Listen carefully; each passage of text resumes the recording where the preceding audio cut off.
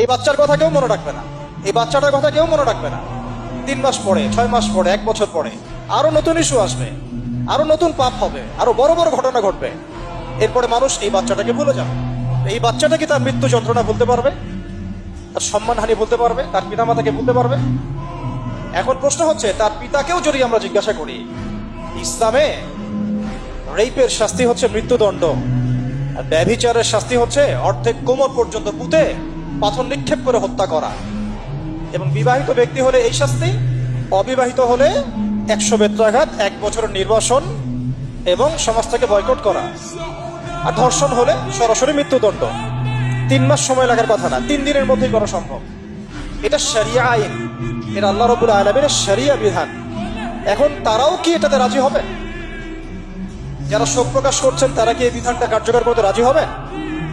ধর্ষককে সবার সামনে প্রকাশ্যে মৃত্যুদণ্ড দেওয়া হোক, শরিয়া আইন কার্যকর করা হোক, রাজি হবেন না। কারণ আপনারা বলবেন এটা করতে গেলে বাংলাদেশ থেকে মৌলবাদী রাষ্ট্র হয়ে যাবে। তো সমস্যার গোড়ায় আপনারা যেতে চান না, ডালপালা নিয়ে নাড়াচাড়া করেন। জেনা ফ্রি মিক্সিংটাকে উন্মুক্ত করে দেওয়া হলো, ছেলে মেয়ের অবাধ বিচরণটাকে উন্মুক্ত করে দেওয়া হচ্ছে। একটা চরম ক্ষুধার্ত মানুষদের সামনে যদি আপনি খাবারকে উন্মুক্ত করে রাখেন, এরপরে যদি কেউ জোর করে খাবার খেয়েও ফেলে, শুধু কি আপনি খাদকের দোষ দিবেন? পুরো সিস্টেমটাই দায়ী, পুরো সিস্টেমটাই দায়ী এখানে। আপনি নারী পুরুষকে অবাধ মেলামেশা দিয়েছেন, ফ্রি মিক্সিং এ দিয়েছেন, একদম ছোটবেলা থেকেই, স্কুল লাইফ থেকে, কলেজ লাইফ থেকে, ইউনিভার্সিটি লাইফ থেকে, জব সেকশনে, এমনকি রাজনীতি করতে গেলেও কর্পোরেট সেকশনে, ব্যবসায়িক সেকশনে, অফিস আদালতে, সব জায়গায় ফ্রি মিক্সিং কে অবাধভাবে আপনি উন্মুক্ত করে দিয়েছেন, আমরা উন্মুক্ত করে দিয়েছি। এর উপরে ছড়িয়ে দিয়েছি পর্নোগ্রাফি। পর্নোগ্রাফি সবার ফোনে ফোনে। পর্নোগ্রাফি দেখতে থাকলে একটা মানুষ বাচ্চাকে না, কয়েকদিন পরে পশুর সাথেও জেনা করতে পারে। যদি সামনে দেখেন যে মানুষ পশুর সাথে জেনা করেছে, আপনার অবাক হতে পারেন, আমি অবাক হব না। কারণ পর্নোগ্রাফি মানুষকে পশুর সাথেও জেনা করতে শেখাবে। বাচ্চা তো কিছুই না। এর উপর আছে বিবাহ বহির্ভূত সম্পর্ক, ব্যভিচার, জিনা, ফ্রি মিক্সিং, ভ্যালেন্টাইন্স ডে মতো দিবসগুলো পালন করে ছেলে মেয়ের অবাধ মেলামেশা। আর এই জেনাগুলোকে আমরা বলছি গাছে আসার গল্প, যেখানে ওর উপরে 100 বেত্রাঘাতের শাস্তি অলরেডি মজুদ হয়ে গেছে। আর কতগুলো যে জেনা হয়েছে এটা তো আল্লাহ পাক ভালো জানে। একটা দুইটা তো করে নাই, একটার পর একটা চেঞ্জ করেছে। বিবাহিত ব্যক্তি পর্যন্ত অন্যের স্ত্রীর সাথে জেনা করেছে। আর এটা তো ধর্ম তো অনেক বড় বিষয়, ধর্ম তো অনেক বড় বিষয়। এটা তো একটা মানবতা বিরোধী অপরাধ, এটা তো একটা মানবতা বিরোধী অপরাধ। এখন সমস্যা কি এক কেন্দ্রিক? এটা বহুমুখী সমস্যা। ফ্রি মিক্সিং রেখেছেন, পর্ন চালু করে দিয়েছেন, এবং সবচেয়ে বড় কথা, এর শরঈ বিচারটুকু নিশ্চিত হচ্ছে না। তাহলে সমাজের মধ্যে এগুলো কমবে না বাড়বে? সিম্পল, সমাজের মধ্যে এগুলো বাড়বে। 6টা কাজ করেন, ইনশাআল্লাহ তাআলা কমে যাবে। প্রথমত শরঈ পর্দা নিশ্চিত করেন, দ্বিতীয়ত ফ্রি মিক্সিং বন্ধ করে দেন, তৃতীয়ত আপনারা জেনার শাস্তি চালু করেন, পঞ্চমত ব্যভিচারের যে রজম শাস্তি চালু করেন, শরঈ বিধান চালু করেন, পর্ন সাইটগুলোকে বন্ধ করে দেন, এবং সমাজে তাকওয়া, নৈতিকতা শিক্ষাটাকে বাড়িয়ে দেন। দেখেন সমাজে জেনা কমে না বাড়ে। কিন্তু কেউ এই সমস্যার গোড়ায় যাবে না। একটা ইস্যু আসবে, একটা ইস্যু যাবে। আজকে আপনার বোন তো কালকে আমার বোন, কালকে অমুকের বোন, কালকে তার মেয়ে, নিজের ঘর পর্যন্ত চলে আসছে। আর কয়টা রিপোর্টই বা আমাদের সমাজের সামনে আসে? যে কয়েকটা রিপোর্ট সামনে এসেছে, এগুলো 50%ও না। বহু মেয়ে এগুলো বলতেও পারেন লজ্জায়। আর আমি তো ওইসব মেয়েদের ব্যাপারে কথা বলা ছেড়ে দিয়েছি, যারা স্বেচ্ছায় নিজের ইজ্জতকে বিলি দেন। তাদেরকে আমি আমার বোন পরিচয় দিতে লজ্জাবোধ করি। সমাজ থেকে গায়রত, ব্যক্তিত্ব, পর্দা, শালীনতা, হিজাব এগুলো উঠিয়ে দেওয়া হয়েছে। আপনারা কি দ্বীনি অঙ্গনের তসলিমা নাসরিন হতে চান নাকি? তারা কি দ্বীনি অঙ্গনের তসলিমা নাসরিন হতে চান? কেন আপনি একটা ছেলের সাথে হারাম সম্পর্কে জড়াবেন? কেন প্রেম করতে যাবেন? কেন আপনি তার সাথে বাইকে করে ঘুরতে যাবেন? কেন আপনি আপনার বন্ধুদের সাথে ফ্রি মিক্সিং এ ঘুরতে চলে গেলেন? 3 দিনের রাস্তা, 7 দিনের রাস্তা, 10 দিনের রাস্তা, অথচ আপনার উপর হজও ফরজ না মাহারাম ছাড়া। না আপনি পর্দা মানছেন, না মাহারাম মানছেন। আর সমাজে না আছে ইসলামী শরিয়া আইন অনুযায়ী বিচার, আর না আছে পর্ন বন্ধের উদ্যোগ, আর না আছে ফ্রি মিক্সিং বন্ধের উদ্যোগ। তো আপনার ইজ্জত চলে গেলে কে ফিরাই দেবে আপনাকে? আমি তো আপনার ভালোর জন্যই কথা বলছি। সমস্যা হচ্ছে আমরা সমস্যার গোড়ায় যেতে চাচ্ছি না।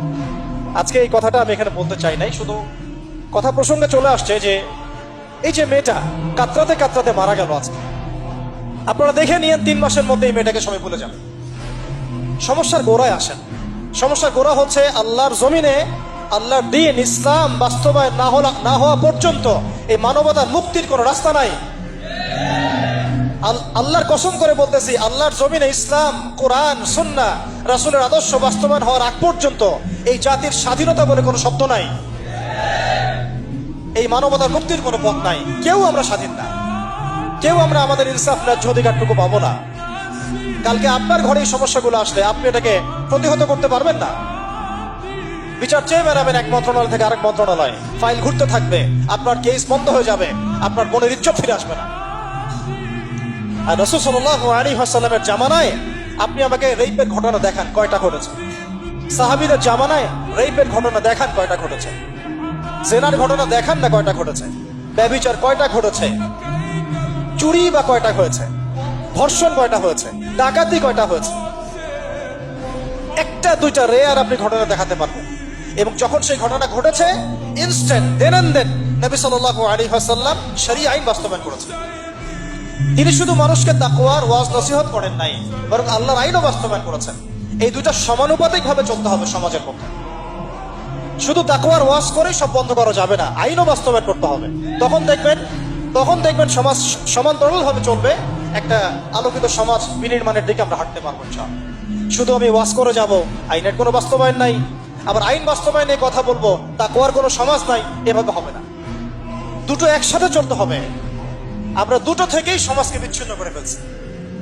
স্কুল লাইফ থেকে তাকওয়ার শিক্ষাটাকে আস্তে আস্তে শেষ করে ফেলছি। আমি তো দেখালাম তাকওয়া তো শিখবেন আপনি কোরআন থেকে, হাদিস থেকে, সিরাত থেকে, সেটাই তো আমরা পড়ি নাই। আমি চ্যালেঞ্জ করতে পারি আমাদের স্টুডেন্টদেরকে, আল কোরআনুল কারীমের 10টা সূরার অর্থ তারা বলতে পারবেন না। হাদিসের মধ্যে 100টা হাদিস তারা মুখস্থ বলতে পারবেন না।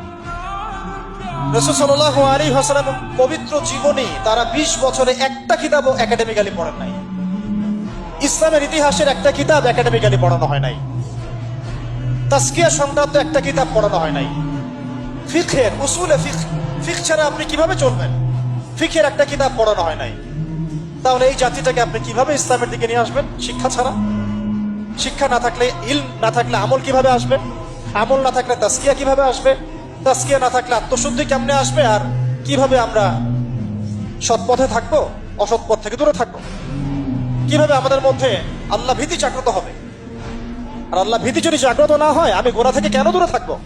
যার মধ্যে আল্লাহ ভয় নাই সে গোনা থেকে কেন দূরে থাকবে? তার মধ্যে তো আল্লাহর ভয় নাই।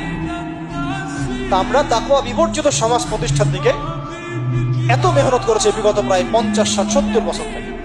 কিন্তু আগামীর বাংলাদেশে আমরা এটা আর দেখতে চাই না। আমরা আগামীর বাংলাদেশে দেখতে চাই প্রত্যেকটা সেক্টরে যেন তাকওয়া নিশ্চিত হয় এমন ব্যবস্থা গ্রহণ করতে হবে। এবং একই সাথে আল্লাহ রাব্বুল আলামিনের জমিনে আল্লাহর বিধানগুলোও বাস্তবায়ন করতে হবে। শুধু তাত্ত্বিক কথাবার্তা বলে, দুঃখ প্রকাশ করে, শোক প্রকাশ করে কোনো লাভ হবে না, যতক্ষণ পর্যন্ত না আমরা আল্লাহ পাকের জমিনে তার আইন এবং বিচারগুলোকে বাস্তবায়ন করতে পারবো। আর আল্লাহর কসম করে বলছি, আল্লাহর জমিনে আল্লাহর বিধান বাস্তবায়ন হলে সমাজে পাপের হার তো কমে আসবেই। সমাজে পাপের হার তো কমে আসবে। কোন কাফের, মুশরিক, মুরতাদ জনগোষ্ঠী আমাদের দিকে চোখ তুলে তাকাতে পারবে না ইনশাআল্লাহ। আমাদেরকে দাসত্ব শৃঙ্খলে আবদ্ধ করতে পারবে না ইনশাআল্লাহ। সব কথার শেষ কথা ভাই, যে আমরা দুনিয়াতে এসেছি লিমিটেড টাইমের জন্য।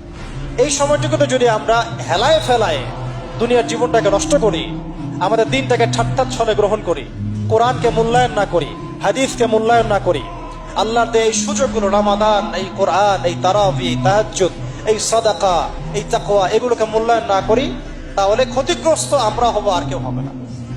ক্ষতিগ্রস্ত এই পৃথিবীতে অন্য কেউ হবে না, বরং আমরাই হব। আল্লাহ পাক আমাদের সবাইকে পরকালীন চূড়ান্ত ক্ষতি থেকে আল্লাহ হেফাজত করেন, এবং দুনিয়াতে যে ফিতনা, ফাসাদ, এই রাহাজানি চলছে, এগুলো থেকে মুক্তির পথ যে একমাত্র ইসলাম, এইটা বোঝার তৌফিক আমাদেরকে দান করেন।